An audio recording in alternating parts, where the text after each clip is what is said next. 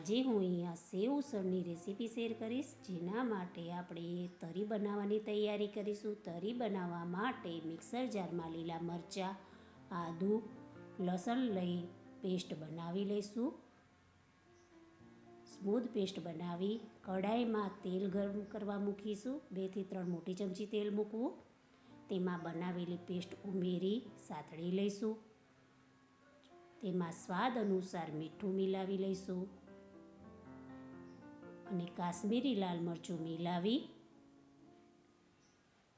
થોડું સતળાય ત્યારે તેમાં પાણી મિલાવી લઈશું. પાણી બરોબર ઉકળે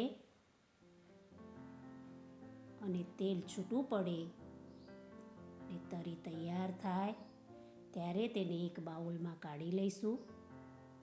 ફરી એ જ કઢાઈમાં તેલ ગરમ કરવા મૂકીશું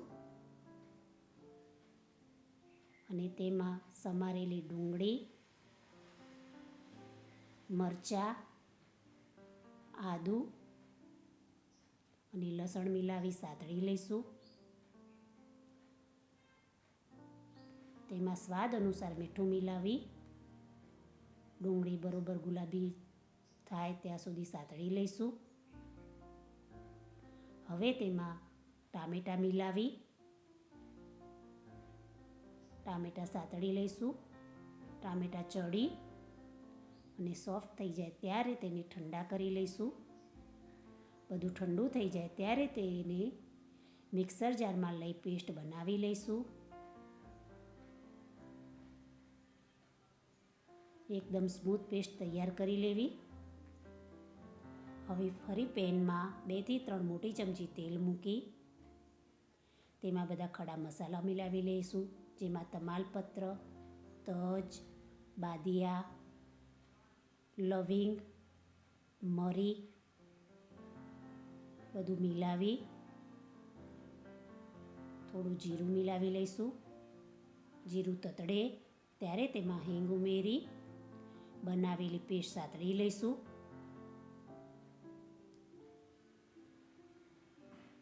તેમાં કાશ્મીરી મરચું, હળદર, ધાણા જીરું અને ગરમ મસાલો મિલાવી લઈશું.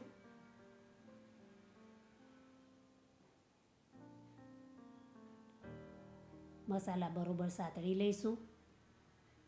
મસાલા સતળાય અને તેલ છૂટું પડે ત્યારે બાફેલા સફેદ વટાણા, જે મેં અહીંયા હળદર, મીઠું, હિંગ નાખી બાફેલા છે, તે ઉમેરી લઈશું અને બધું ધીમા તાપે ઉકળવા દઈશું. બધું બરોબર ઉકળે ત્યારે તેમાં બનાવેલી તરી 2 મોટી ચમચી મિલાવી અને ઉકળવા દઈશું. બધું બરોબર ઉકળે અને ઉસળ તૈયાર થાય ત્યારે તેને બાઉલમાં લઈશું. સેવ, તરી, ડુંગળી અને ધાણા ઉમેરી સર્વ કરીશું તો તૈયાર છે વડોદરાનું ફેમસ સેવ ઉસળ. જો તમને મારી રેસીપી પસંદ આવતી હોય તો મારા વિડીયોને લાઈક, સબસ્ક્રાઈબ, શેર કરશો, જેથી હું અવનવી રેસીપી તમને શેર કરતી રહીશ.